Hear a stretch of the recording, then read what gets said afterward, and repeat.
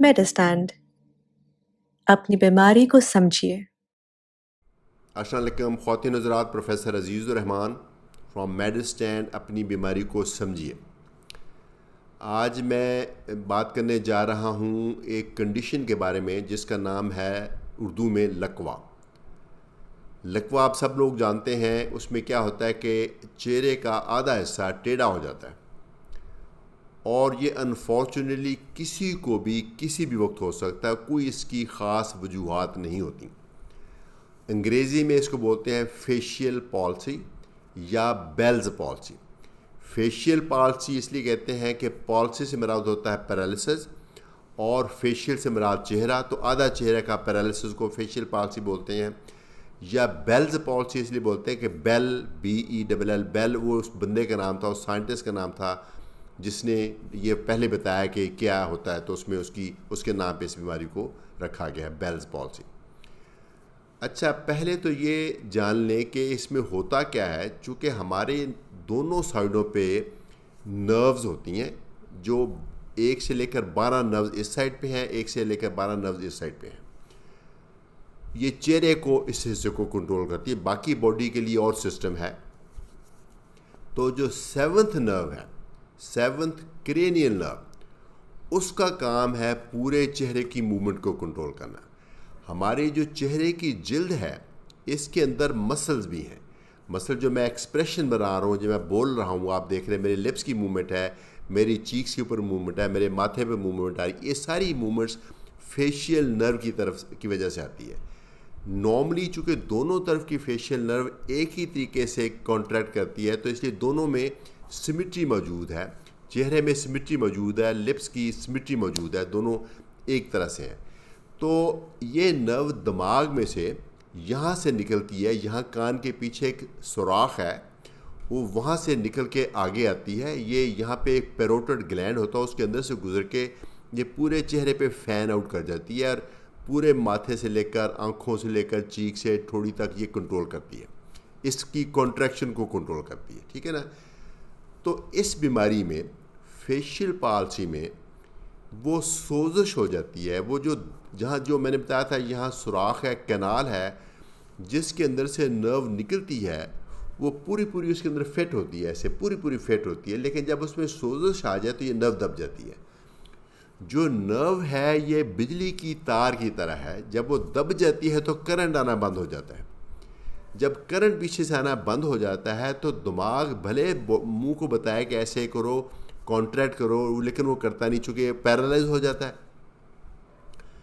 और एक side paralyse होती है, चूँकि इस चीज़ का इम्कान बहुत कम होता है कि किसी वक्त को एक ही वक्त में दोनों तरफ नर्व प्रेस हो जाए। आमतौर वो एक साइड पे होती है, अगरचे दोनों साइडों पे भी हो सकता है। ठीक है, वो हमें टेक्निकली डॉक्टरों को पता है कि कई दफ़ा दोनों साइडों में भी हो सकता है, बल्कि दोनों साइडों में हो जाए तो इसकी तशख़ीस ज़्यादा मुश्किल होते हैं।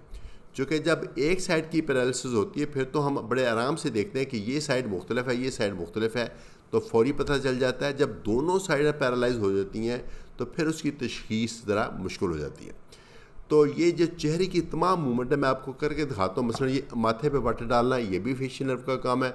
आंखें बंद करना, ये भी फेशियल नर्व का काम है। ये जो है, ये मेरे जो मुंह खुला, ये भी फेशियल नर्व ने किया। ये जो क्रीजेस बनती है, ये भी फेशियल नर्व का काम करता है। ये हवा भरी है, ये भी फेशियल नर्व का काम है। जो मेरी स्पीच है, इसमें भी कुछ कंट्रीब्यूशन फेशियल नर्व की है। तो ये फेशियल नर्व के बहुत सारे काम हैं। जब एक साइड पैरालाइज हो जाएगी तो वो साइड जो है ना, वो काम करना छोड़ देगी। तो मसलन अगर देखते हैं तो एक साइड पे वट पड़ रहे हैं, एक तरफ नहीं पड़ रहा है। चेहरा जो है वो एक तरफ को खिंच जाता है, यानी एक तरफ मसल सही है, ये सपोज सही मसल है, ये कमज़ोर हो गया तो ये सही वाली साइड पे खिंच जाएगा। तो इस तरीके से इसकी अलामत, आँख सही बंद नहीं होगी, जब बंद नहीं होगी तो उसमें से पानी निकलना शुरू हो जाएगा।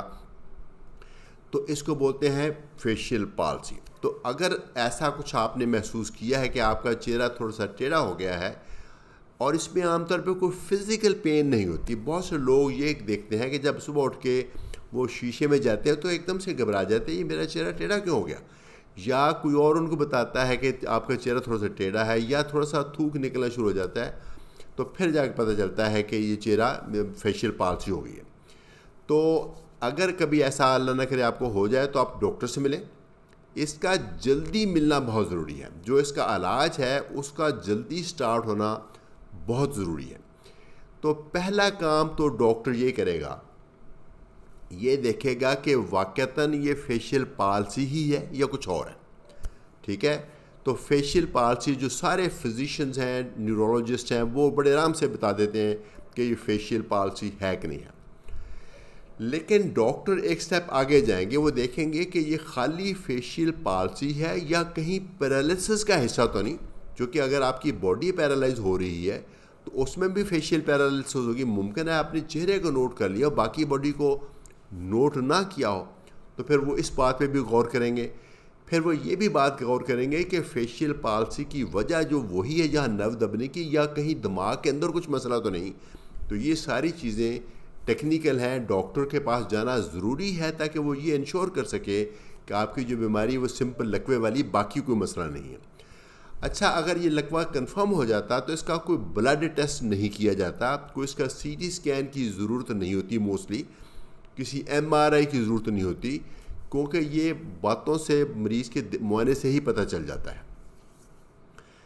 पहली बात तो ये है कि ये इसकी कोई ख़ास वजह नहीं, अगरचे जिनकी एज ज़्यादा है या जिनको डायबिटीज़ है, जिनको ब्लड प्रेशर है, उनमें ज़्यादा चांसेस है, लेकिन एक्चुअली ये किसी को भी किसी भी उम्र में हो सकती है। ठीक है, घबराना नहीं है, इसका इलाज मुमकिन है, मोस्टली तो खुद ही ठीक हो जाता है, तो लेकिन टाइम ज़रूर लेता है।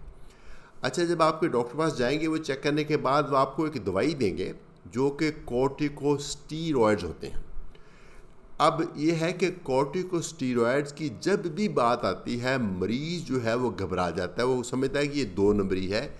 लेकिन फेशियल पाल्सी में कॉर्टिकोस्टीरॉइड्स जो है वो इफ़ेक्टिव ट्रीटमेंट है, प्रोवाइडेड वो जल्दी स्टार्ट हो जाए और एक ख़ास डोज में स्टार्ट हो जाए। चूँकि अगर वो लेट करेंगे तो फिर उसका असर नहीं आता। पहले कुछ घंटों में, दिनों में ही स्टार्ट हो जाए तो अच्छा है।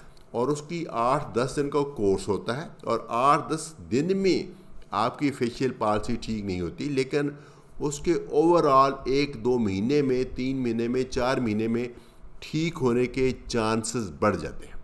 ठीक है, तो अगर आप बर वक्त डॉक्टर से मिल लिया आपने और आपकी तशख़ीस हो गई है और आपको स्टीरॉइड्स मिल गए हैं, तो आपके चांसेस बेहतर हो जाते हैं। अगर आपको वो स्टीरॉइड नहीं मिले, किसी वजह से आप डॉक्टर के पास नहीं पहुंच सके, या आपको किसी वजह से स्टीरॉइड नहीं दिए गए, मुमकिन है कोई और बीमारी हो जिसकी वजह से आपको स्टीरॉइड नहीं दिए जा सकते, उस सूरत में भी रिकवरी के चांसेस काफ़ी ज़्यादा हैं।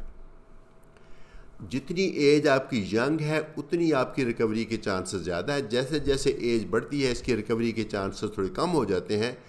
यंग एज में तो तकरीबन 100% चांसेस रिकवरी होने के, जब एज बढ़ती है कुछ 70-80 के बाद फिर आमतौर पे कोई 80-85% चांसेस होते हैं रिकवरी होने के। कुछ थोड़ा सा पीछे वीकनेस रह जाती है, लेकिन मोस्टली लोग फिर भी रिकवर कर जाते हैं। एक इसके अंदर फिज़ियोथेरेपी कराई जाती है, एक्सरसाइजेज कराई जाती हैं, वो भी एक अच्छा तरीका है, वो साथ की में किया जाता है। लेकिन 2-3 चीज़ें मैं बताना चाहूँगा कि इसके अंदर इस खाने की, एटलीस्ट जो साइंस पे हम बिलीव करते हैं, खाने की कोई अहमियत नहीं है। जो मर्ज़ी खाएं, आप नॉर्मल खाना खाएं, इसमें गोश्त खाना या कबूतर खाना या जंगली कबूतर खाने का साइंस के मुताबिक कोई फ़ायदा नहीं। चूँकि ठीक तो मैंने बताया कि सब ने हो ही जाना है। जो कबूतर खाएगा इस बिलीफ के साथ कि उसको फ़ायदा होगा, वो शायद हमेशा ये कोट करे, लोगों को बताया कि मैंने जंगली कबूतर खाया तो ठीक हो, लेकिन जो लोग ये नहीं भी खाते वो भी ठीक हो जाते हैं। दूसरा, इसको कवर करना भी ज़रूरी नहीं। कुछ लोग ये समझते हैं कि नहा नहीं सकते, इसको कवर करना ज़रूरी है, इसको हवा ना लगे, ये भी गलत है। इसमें कोई साइंस नहीं है। अगरचे चेहरा टेढ़ा हो तो थोड़ा सा बंदा वैसे थोड़ा कवर करना चाहता है ताकि सबको नज़र ना आए, सब पूछे ना, लेकिन उसके कवर करने से इसके रिकवरी के चांसेस बेहतर नहीं होते। हाँ, अलबत्ता इसमें हम आँख खुली रहने से आँख को नुकसान होने का ख़तरा होता, हम इसके आँख के कतरे और आँख में डालने वाली दवाई देते हैं। बाकी सब टाइम है, दवाई है, वर्जिशें हैं, बहुत अच्छे चांसेस हैं कि आपकी रिकवरी हो जाएगी, और रिकवरी होने के बाद इंशाल्लाह मुकम्मल ठीक हो जाएंगे। थोड़ा सा शायद निशान रह जाए, इसके अलावा किसी और दवाई की इसमें ज़रूरत नहीं होती। ये याद रहे कि कभी कभार फेशियल पाल्सी किसी और बीमारी की अलामत हो सकता है, जैसे एक बीमारी है मल्टीपल स्क्लेरोसिस, एक है स्ट्रोक, एक है ब्रेन ट्यूमर है, इस तरह की मेनिंजाइटिस है, इस तरह की बीमारियों की ट्रॉमा है, या ये पैरोटिड ग्लैंड के ट्यूमर की निशानी हो सकती है। वो सारे काम डॉक्टर के। अगर आपको ये बताया गया कि ये सिंपल लकवा है तो आपने हौसले में रहना है, दवाई का कोर्स करना है, वर्जिशें करनी है और अल्टीमेटली इंशाल्लाह आपने ठीक हो जाना है। ये स्ट्रोक से ये डिफरेंट चीज़ है और ये सिर्फ एक नर्व को अफेक्ट करती है। इस पर दिमाग बिल्कुल ठीक होता है, सिर्फ दिमाग की जो नर्व है वो दब जाती है सोजिश की वजह से, और टाइम के साथ वो ठीक हो जाता है इंसान। उम्मीद है ये वीडियो आपके लिए यूज़फुल हुई होगी, और इजाज़त चाहूँगा प्रोफेसर अजीज़ुर रहमान फ्रॉम मेडिस्टैंड अपनी बीमारी को समझिए।